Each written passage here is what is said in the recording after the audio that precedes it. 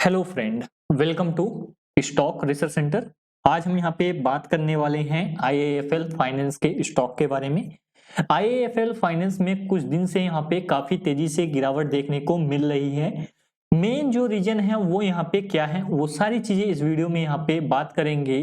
क्या इनके बिजनेस पे इम्पैक्ट पड़ने वाला है, वो चीजें भी यहाँ पे डिस्कस करेंगे। जो लोग हमारे चैनल पे नए बने हैं प्लीज चैनल को सब्सक्राइब करें, साथ ही जो बेल नोटिफिकेशन है उसको ऑन कर लें। इससे क्या होगा, आपको आने वाली वीडियो की नोटिफिकेशन प्रॉपर टाइम पे मिलती रहेगी। तो चलिए यहाँ पे स्टार्ट करते हैं। जो आईआईएफएल का बिजनेस है वो यहाँ पे पहले एनालाइज कर लेते हैं। उससे पहले अगर आप देखोगे स्टॉक में यहाँ पे करीबन जो जिस लेवल से यहाँ पे इसमें गिरावट देखने को मिली 617 रुपए के लेवल से स्टॉक गिरते गिरते 336 रुपए के लेवल पे आ गया है। करीबन यहाँ पे 280-290 पॉइंट का यहाँ पे आईआईएफएल फाइनेंस के स्टॉक में गिरावट देखने को मिला है। मेन रीजन क्या है वो चीज यहाँ पे जान लेते हैं। अगर यहाँ पे आप गूगल पे सर्च करोगे वाई आईआईएफएल स्टॉक फॉल, तो यहाँ पे 5 फरवरी की यहाँ पे न्यूज है। The Reserve Bank of India, और ये गिरना कब चालू हुआ है ये देख सकते हो, ये 4 मार्च के आसपास से यहाँ पे गिरना चालू हुआ है। The Reserve Bank of India barred IIFL finance from sanctioning and disbursing gold loan on certain material supervisory concern. यहाँ पे जो गोल्ड लोन पे ये लोन प्रोवाइड कर रहे थे, तो उस पे यहाँ पे आरबीआई ने एक्शन लिया है और इसको यहाँ पे बैन कर दिया है अभी कुछ टाइम के लिए, कि आप यहाँ पे कोई भी गोल्ड लोन नया यहाँ पे फ्रेश नहीं दे सकते हैं किसी को। उस कारण से यहाँ पे जो फाइनेंस के जो आईएफएल फाइनेंस के स्टॉक में वो यहाँ पे गिरावट देखने को मिली है। अभी आरबीआई का जो रुख है यहाँ पे बहुत सख्त होता जा रहा है। जैसे यहाँ पे पेटीएम के केस में हुआ, पेटीएम को यहाँ पे इन्होंने बैन किया, पेटीएम पेमेंट बैंक को। उसके बाद यहाँ पे जो बजाज फाइनेंस है उस पे एक्शन लिया। उसके बाद यहाँ पे आईआईएफएल फाइनेंस में भी यहाँ पे एक्शन आरबीआई का जो होता हुआ यहाँ पे दिखाई पड़ रहा है। तो थोड़ा सा यहाँ पे जो फाइनेंस कंपनी है उनमें यहाँ पे थोड़ा सा ज्यादा तेजी से गिरावट देखने को मिल रहा है। तो थोड़ा सा इस पे यहाँ पे आपको संभल के काम करना चाहिए। क्या इससे इनके बिजनेस पे इम्पैक्ट पड़ेगा कि नहीं पड़ेगा? अगर हम यहाँ पे बात करते हैं, जो आईआईएफएल फाइनेंस है ये एक एनबीएफसी इंडिया में है जो कि यहाँ पे गोल्ड लोन पे काम करती है। इसका जो मार्केट कैप अगर आप देखोगे यहाँ पे 12,837 करोड़ के आसपास है। करंट प्राइस यहाँ पे 337 आज का लो ही है, और इस साल का जो हाई था वो यहाँ पे 704 के आसपास था, और जो लो बना है ये 335 के आसपास है। स्टॉक का जो प्राइस टू अर्निंग रेशियो है वो यहाँ पे 7.12 के आसपास पहुंच गया है। बुक वैल्यू 260 है। तो बुक वैल्यू या और यहाँ पे स्टॉक का जो प्राइस है बहुत ही यहाँ पे नजदीक आता हुआ यहाँ पे दिखाई पड़ रहा है। कंपनी यहाँ पे जो डिविडेंड प्रोवाइड करती है अपने शेयर होल्डर को 1.19% का, और ये जो कैपिटल पे रिटर्न जनरेट करता है 11.5 का, और इक्विटी पे जो यहाँ पे ये रिटर्न जनरेट करता है 19.4 का यहाँ पे ये रिटर्न जनरेट करता है। फेस वैल्यू अगर आप स्टॉक की देखना चाहो तो यहाँ पे फेस वैल्यू 2 देखने को मिलेगी। तो ये बेसिक डिटेल थी यहाँ पे। अब मेन बात है कि यहाँ पे जो आईएफएल का जो प्राइस टू अर्निंग रेशियो है लास्ट 10 ईयर का वो कहाँ पे था। तो यहाँ पे देखोगे जो लास्ट 10 ईयर का जो प्राइस टू अर्निंग रेशियो था वो यहाँ पे 10.1 के आसपास था। उससे भी नीचे जाता हुआ यहाँ पे आईएफएल का स्टॉक देखने को मिल रहा है प्राइस टू अर्निंग रेशियो के हिसाब से। तो करीबन यहाँ पे ये एक टाइम था यहाँ पे जो जुलाई 2020 में यहाँ पे जो आईएफएल का स्टॉक है वो यहाँ पे 3.1 के प्राइस टू अर्निंग रेशियो के आसपास आ गया था। तो उधर ही यहाँ पे ये जाता हुआ दिखाई पड़ रहा है। हो सकता है और भी यहाँ पे गिरावट हो, बट ये जो गिरावट है टेम्परेरी बेसिस पे है। ये सारी चीजें यहाँ पे सेटलमेंट हो जाती हैं। अगर कोई प्रॉब्लम है आरबीआई का, अगर ये कोई रूल फॉलो नहीं करते हैं तो ये टेम्परेरी बेसिस पे होता है। टेम्परेरी बेसिस पे स्टॉक में फॉल होता है, और उसके बाद अगर ये जो आरबीआई गाइडलाइन प्रोवाइड करती है उस पर काम करना चालू कर देते हैं तो फिर से यहाँ पे जो कंपनी है वो अच्छा परफॉर्म यहाँ पे करने लगती हैं। अभी तो यहाँ पे गोल्ड लोन ये नहीं बैन कर दिया गया है आईएफएल को।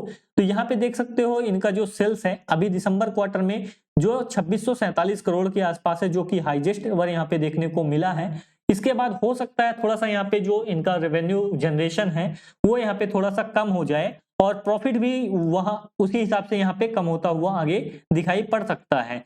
बट ये टेम्परेरी बेसिस पे होता है, इसलिए ये एक अपॉर्चुनिटी की तरह होता है अच्छे स्टॉक में जो कि यहाँ पे लगातार काम कर रहे हैं। अगर यहाँ पे बात की जाए नेट प्रॉफिट की, तो नेट प्रॉफिट भी अगर आप देखोगे तो लास्ट 12 क्वार्टर में हाईएस्ट एवर यहाँ पे नेट प्रॉफिट इन्होंने पोस्ट किया है। देख सकते हो हाईएस्ट एवर यहाँ पे इन्होंने प्रॉफिट पोस्ट किया है 545 करोड़ के आसपास। अगर ईयर की बात की जाए, ईयरली की यहाँ पे बात किया जाए, ये बिजनेस में कब से है 2012 से यहाँ पे दिखाया गया है। इनका जो फाइनेंशियल रिजल्ट है वो यहाँ पे दिखाया गया, तो करीबन यहाँ पे 2012 से हम मान के चलते हैं अगर ये बिजनेस में है तो भी यहाँ पे जो इनका परफॉर्मेंस है वो यहाँ पे कंसिस्टेंट है।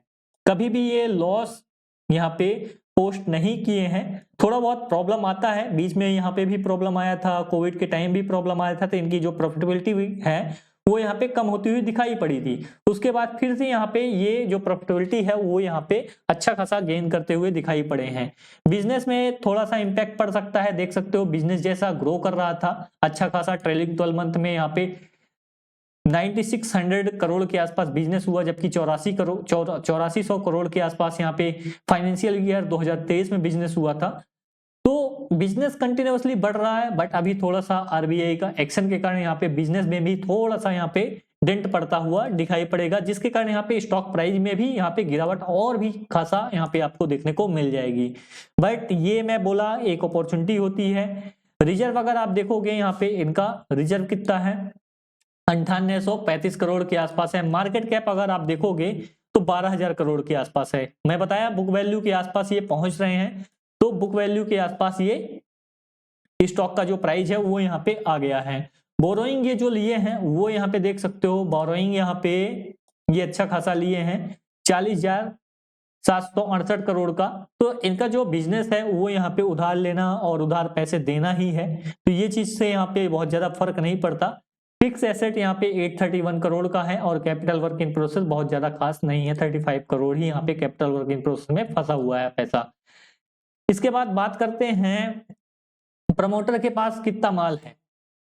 अब जब स्टॉक गिर रहा है तो किसके पास कितना माल है ये बहुत इंपॉर्टेंट हो जाता है। प्रमोटर के पास 25% माल है, एफआईआई के पास यहाँ पे 31% माल है, डीआईआई के पास माल नहीं था, डीआईआई भी यहाँ पे खरीद लिए हैं, 8% माल है, और जो पब्लिक के पास 53% था वो यहाँ पे पब्लिक के पास 36% यहाँ पे माल पड़ा हुआ है।